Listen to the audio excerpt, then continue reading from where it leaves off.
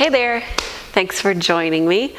So by now, hopefully you've done your warm-up, which is in the other video. And what we're gonna do today is work on hips and hams. So hams is short for hamstrings. Hamstrings are the big group of muscles that run up the back of the leg. You probably know those because they're what either enables or disables you from being able to bend forward. So good job doing the warm-up. And let's go ahead and step out nice and wide. So take your widest stance that you're comfortable taking. Just let your hands come onto your waist. And we're slowly going to come into skater's lunge, just shifting side to side. We've done our warm-up. Now we're going into the deeper reaches of the hips and the hams. So skater's lunge is a great kind of easing in to hip mobility. So your option is either to stay here, or you can come through middle, stretch the legs, hinge over, and either take your fingertips down onto the floor, or you can come up onto some blocks or your coffee table. And then we're gonna shift side to side again, coming a little bit lower. So here I like to imagine that I'm underneath a very tall kitchen table. So I'm not coming up and over each time I'm lunging. I'm staying low and flat with the back and staying underneath that table. So we'll take a couple more right here. And then we're gonna shift over to your left and just take a nice pause in this long stretch of the side lunge. Now what I want you to think about here is having that foot heavy on the floor. So we're not rolling up, we're not on the ball of the foot, we're suctioned down to the floor. Go ahead and shift over to the other side. And again, you're pressing out and away with this foot, this left foot out to the side. Take another couple of breaths here, and then come back into the side to side again. So again, if it's too hard to be this folded over, then you're just gonna come back up and stay in your side to side. They're all good as long as you're working just right up against that edge of sensation. All right, so just getting a little bit more juice into the hips before we go into our frog squat. Now come back through center. I want you to turn your toes out slightly, pull your heels in slightly so you're turned out. Now I want you to pretend there's a bench behind you and you're trying to sit down on the bench, and then you lift back up. Notice how the upper body can just fall over, and then you're gonna sit back down, let your head come up, hips go low, and then hips go high, head goes low. Let's do that twice more. Sitting down and folding over, and last time, sitting down and folding over. Good. Now what we're going to do is heel toe the feet in and turn the toes out, heels are in. Go ahead and come up to standing. We'll talk about this just for a minute. We're going to come into a kind of a more narrow frog squat. So I'm going to turn to the side, and what I'm going to do, I'm going to let my head and upper body be heavy, and then I'm going to drop my seat down, let my head come up. So here's the frog part of the squat. Knowing that this doesn't have to be your end point here, this just happens to be where my body can go. So you let your frog have its own identity. So again, we're lifting hips up, dropping head over, and lowering down. And we take this through a slow range of motion because there's a potential that there's some tight areas through here. Good, let's do two more.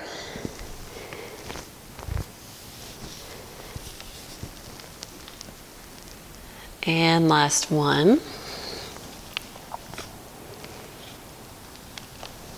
Beautiful. Now, just sit down here for a moment. It's okay if you're up on your heels. What you can do if you find that situation prominent through all your squats is to put your blanket fold just right underneath the heels. and then lower down. Good. Go ahead and come out of there and come on back up to standing. We're gonna go into a runner's lunge with blocks. I'm gonna go grab some supplies.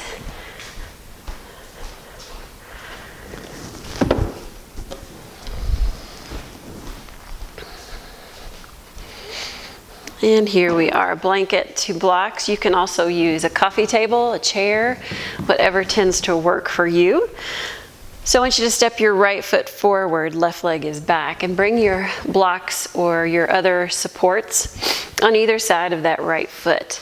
And just wiggle yourself out just enough that you can feel some weight into that left heel, the back heel. So what I'm gonna do, I'm gonna bend my right knee, and then I'm gonna rock back and raise my right toes. Okay, so I'm rocking forward. I might need a little bit more space between my legs. That left heel can float up, and then rock back. And then rock forward, and rock back. So we call this kind of a rebound lunge because we're kind of bouncing lightly from one range of motion to the other. All right, this time we're gonna hold down and we're lengthening, we're really pressing through the ball of the left foot, and we're sinking deeply through the crease of the right groin. And then we're gonna reverse it. Lift the right toes and take a bow. So again, my toes are lifted, and I'm keeping some space in the front body just to deepen the stretch of the hamstrings, the muscles in the back of the leg. All right, roll forward, and then we're gonna switch legs. So my left foot's forward, my right foot is back, and I find the depth of my lunge first. Okay. And then I find the depth of rocking back. Again, these toes on the left foot are up. And then I'm just gonna come in and out, and in, and out. Dropping, bending left knee into lunge, rocking back, right heel heavy, left toes lifted. Lifting right heel, sinking into the lunge, and lifting left toes, heavy through the right heel. Let's do one more. Down, and back. Good. This time let's go down and hold. So my right heel is lifted, and I'm deep into the crease of the left groin. And then I'm going to reverse it. I'm going to lift my left toes up, and I'm going to take a little bow. Good. Take another breath or two here. And then release the left foot down, step the right foot forward. Step the left leg back, and we're going to lower the left knee down. Now, if you know that that knee is a little sensitive, just take your blanket, put it across your mat, create a little pad. Have your blocks nearby so we don't get super kind of contracted in the front body. So first we're going to be up nice and tall, and we're just going to pulse.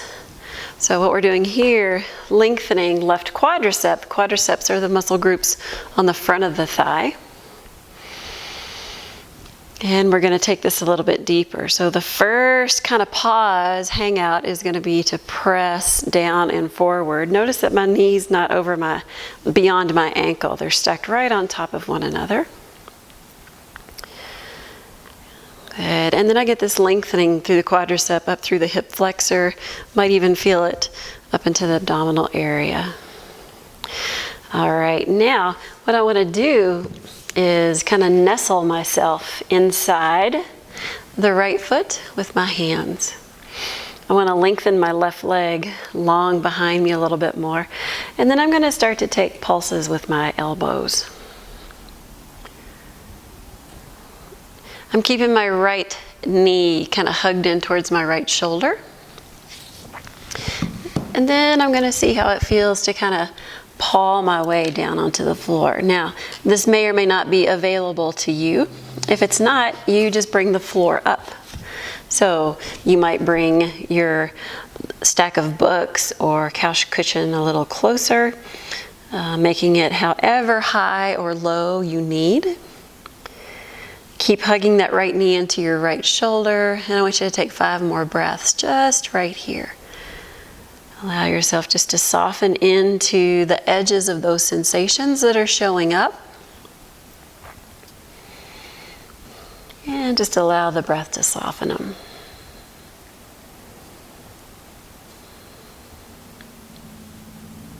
All right, now we're going to reverse it. So walk your hands back up. You'll feel like you're standing more on your left knee, and lengthen the right leg. So straighten the right leg out as best you can. Lift the right toes up, and then we're going to take a bow. If you can't do that with hands on the floor, again, just bring your little risers over and take a gentle stretch here. We don't want any kind of electrical feeling behind the knee. So if you need to put a little micro bend in there, we want to feel more into the belly of the muscle groups.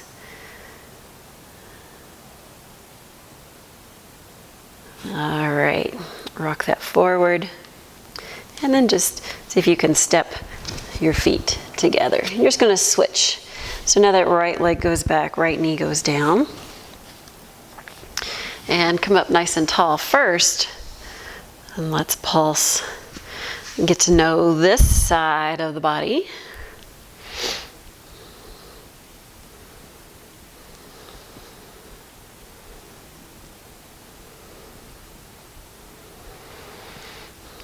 And then we'll drop into that nice deep lunge. Again, using the blocks if you'd like. We're going to come inside the foot. And first, just take a couple of pulses, just bending the elbows. We just get to know if we have permission to go deeper. And then go ahead and kitty cat paw your way down onto your block, onto the floor, onto your coffee table. Remember, you're not going for how it looks. You don't want to look like I look. You want to look how you are in your body, because we're having the same sensations. It's just our physical external experience looks a little bit different. So some of us might still be up nice and high, but we're having the exact same kind of edge come up. Okay, let's take one more breath here. That left knee, again, kind of reaching in towards left shoulder, and that just keeps our foot anchored on the ground. And then we're going to walk back. So lift the left toes and fold deeply.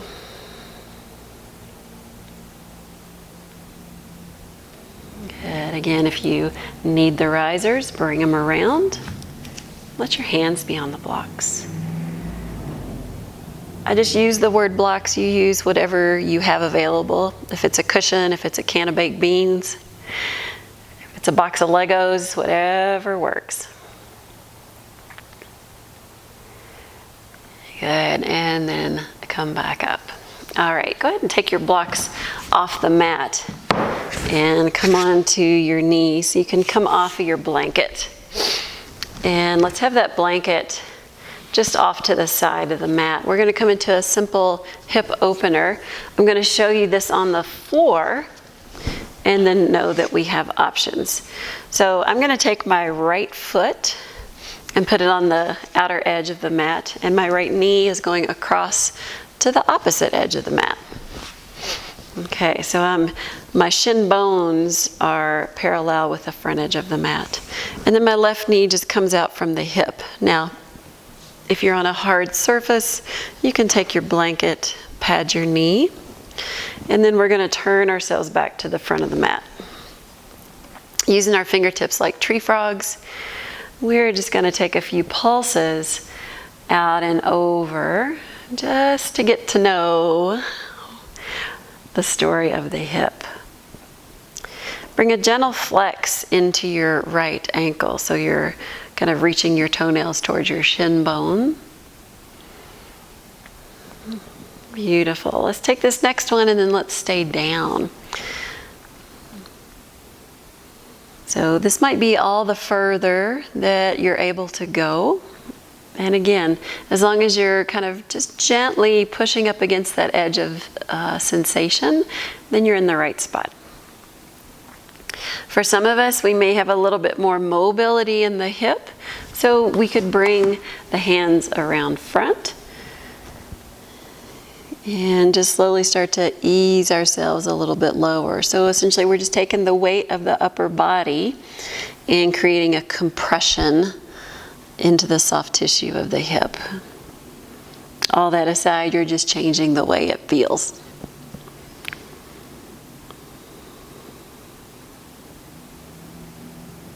Hang out here for another handful of breaths. The hips love to hang on to tension.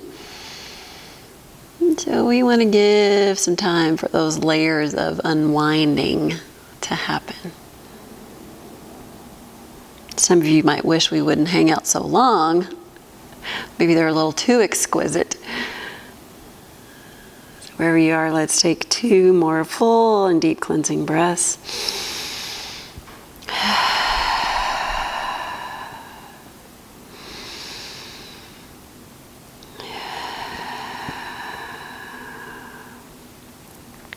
And then slowly walk back up. Now check this out. We're going to go to the other side. We're going to do it kind of in a slick way. So we're just going to roll over, lift both knees up. Now you're going to face the back of your mat, and the left foot is in front. So left heel to one side, left knee to the other side.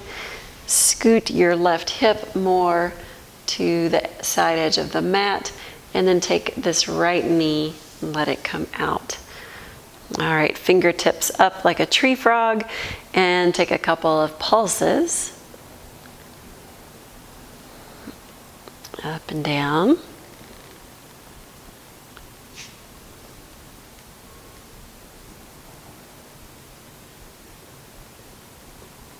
Beautiful. Now the question may come, if I can't get my shin parallel with the front edge of the mat, what happens if my heel comes down? All it does is just lessen the intensity of the stretch. Not right or wrong, just different. So you can use this as your lever. The further away your heel is from the pubic bone, the more deep the stretch comes in. The closer the heel is to the pubic bone, and that's the center bone of the pelvis, the little less intensity will show up. But then you want to start guarding the knee, being mindful of where you are. All right, let's fold down this time and hold. And then you choose how high or how low you are. And hang out there for a handful of moments.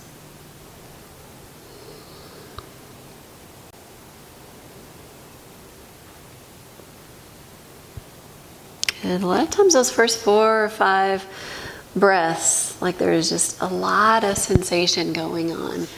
So we want to give ourselves, 15 or 20 breaths in these deeper hip stretches. So you've heard that metaphor, like peeling an onion. Essentially, you're just allowing this ball of tension to slowly start to open up. And the greatest invitation with that is your breath, primarily the out breath, the exhalation.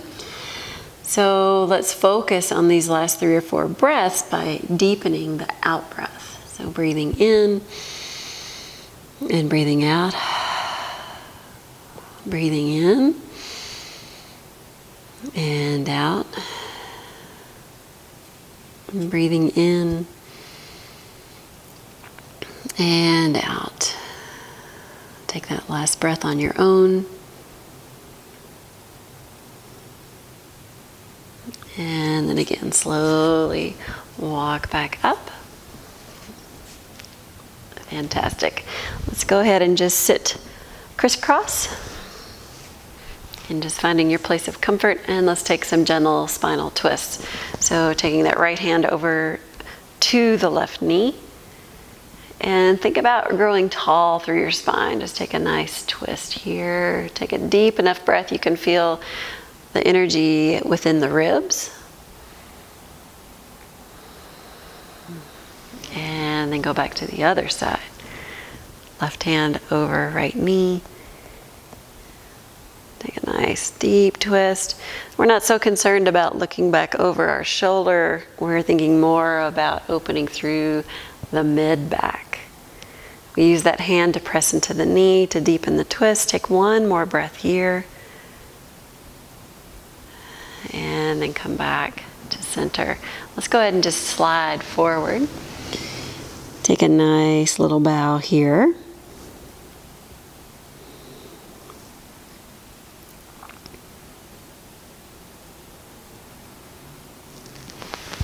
And then come up.